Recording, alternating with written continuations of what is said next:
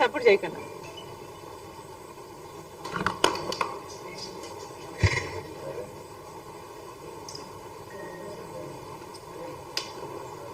Okay, good evening. ఇది ఓకేనమ్మా, voice ఓకేనా? ఓకే, ఇది లేకపోయినా పని చేస్తుంది కదా. You can still here what I'm saying. ఇది ఉండాలనా?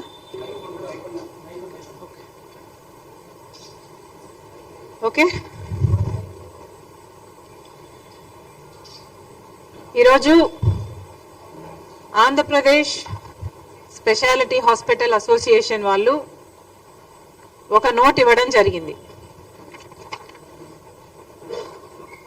ఈ నోటు ప్రకారం ఆరోగ్యశ్రీ పథకాన్ని ఇక వాళ్ళు నడపలేము అని వాళ్ళ హెల్ప్లెస్నెస్ ఈ నోటు ద్వారా తెలియజేయడం జరిగింది. ఈ నోట్ ఏం చెప్తుంది అంటే, దూదికి సూదికి కూడా డబ్బులు లేవు అని వీళ్ళ ఆవేదన వ్యక్తం చేయడం జరిగింది. దీని సారాంశం ఏమిటి అంటే, ఇప్పటికీ వీళ్లకు అన్ని ప్రైవేట్ హాస్పిటల్స్ అన్నిటికీ కూడా కలుపుకుంటే ఇప్పటికీ వీళ్లకు చెల్లించాల్సిన బకాయిలు 3,000 కోట్ల రూపాయల దాకా ఉంది అని, ఈ బకాయిలు చెల్లించకపోతే మేము హాస్పిటల్స్ ఎలా నడుపుకోవాలి, మాకు సూదికి దూదికి కూడా డబ్బులు లేవు, ఇన్ని నెలలు పేమెంట్స్లో వెనక పడితే మేము లోన్స్ తెచ్చుకొని, వడ్డీలకు లోన్స్ తెచ్చుకొని, ఓవర్ డ్రాఫ్ట్లు తెచ్చుకొని ఇంతవరకు నడుపుకుంటూ వచ్చాము. ఇక మా వల్ల కాదు, మేము కూడా ప్రజలకు సేవ చేసే విషయంలో ఎంత భాగస్వామ్యం అవ్వాలి అనుకున్నా కూడా ఇక మా వల్ల కావటం లేదు అని వాళ్ళు చేతులెత్తేసి ఈరోజు మేము ఇక ఆరోగ్యశ్రీ అంటే ఇప్పుడు ఎన్టీఆర్ వైద్య సేవలు అంటున్నారు దీన్ని, మేము ఇక నడపలేము చేయలేము అని వీళ్ళు అల్టిమేటం ఇవ్వడం జరిగింది. అసలు ఆరోగ్యశ్రీ పథకం రాజశేఖర్ రెడ్డి గారి పథకం, కాంగ్రెస్ పార్టీ పథకం. రాజశేఖర్ రెడ్డి గారు ముఖ్యమంత్రిగా 5 సంవత్సరాలుంటే 5 సంవత్సరాలలో రాజశేఖర్ రెడ్డి గారు ఎన్నో అద్భుతమైన పథకాలు చేస్తే ఆరోగ్యశ్రీ అందులో ఒకటి. ఈ ఆరోగ్యశ్రీ పథకం ఆయన డాక్టర్ కాబట్టి రోగులకున్న కష్టాలు, ఆ కుటుంబాలకు ఎదురయ్యే అప్పులు బాధలు అన్ని అర్థం చేసుకున్నవాడు కాబట్టి ఆరోగ్యశ్రీ పథకం ఎంత ముఖ్యమో గ్రహించాడు కాబట్టి తన పాదయాత్రలో ప్రజలకు అప్పులు అవుతున్నాయి అంశాలలో అనారోగ్యం ఒకటని గ్రహించాడు కాబట్టి రాజశేఖర్ రెడ్డి గారు ఆరోగ్యశ్రీ పథకాన్ని ప్రవేశపెట్టడం జరిగింది.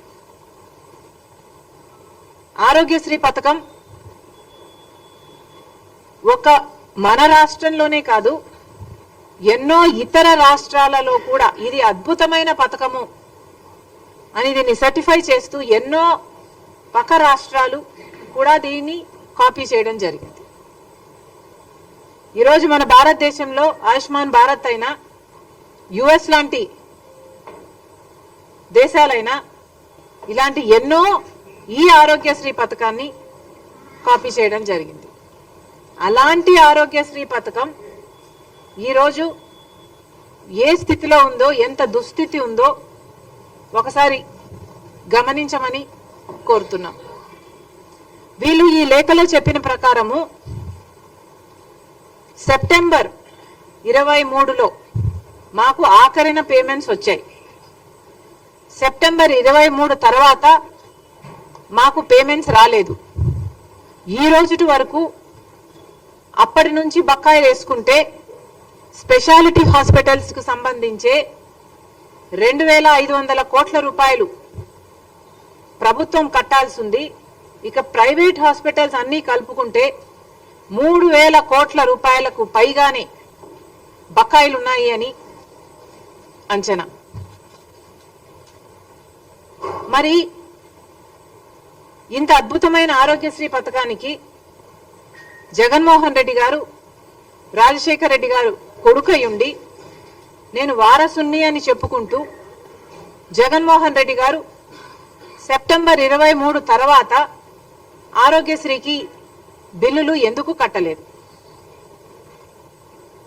జగన్మోహన్ రెడ్డి గారు సమాధానం చెప్పాలి.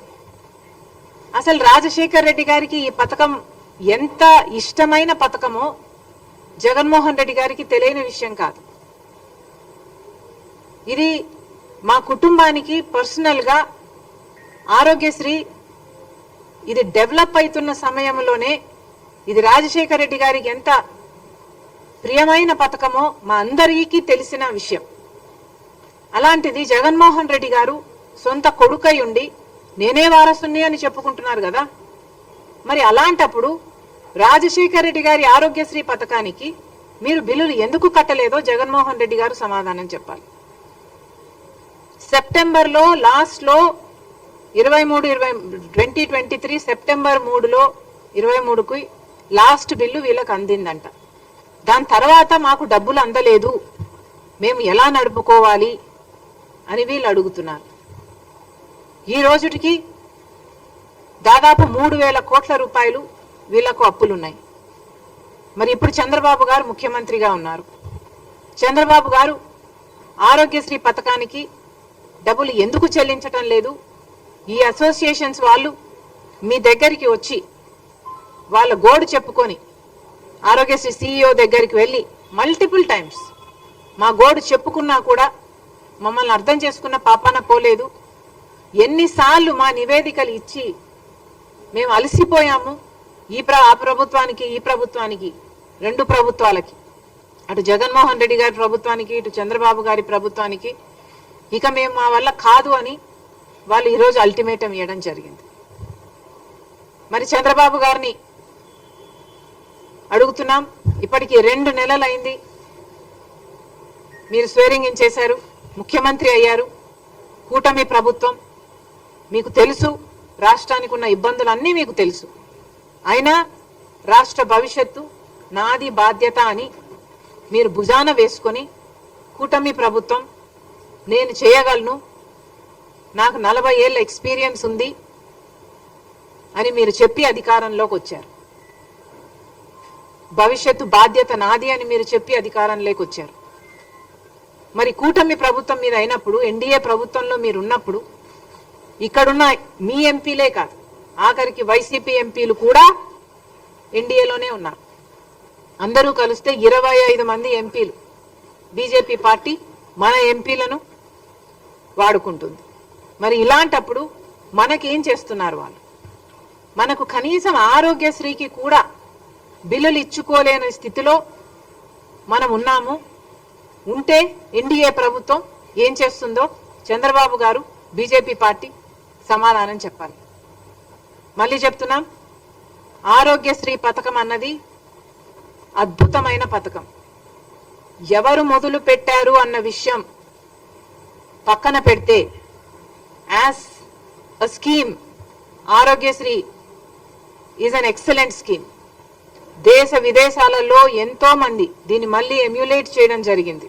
కారణం, ఇది ఎంతో మంది పేద ప్రజలకు ఆసరా ఇచ్చే పథకం కాబట్టి ఈ ఆరోగ్యశ్రీ పథకాన్ని రక్షించాల్సిన బాధ్యత ప్రతి నాయకునికి ఉంది, ఇర్రెస్పెక్టివ్ ఆఫ్ పార్టీస్.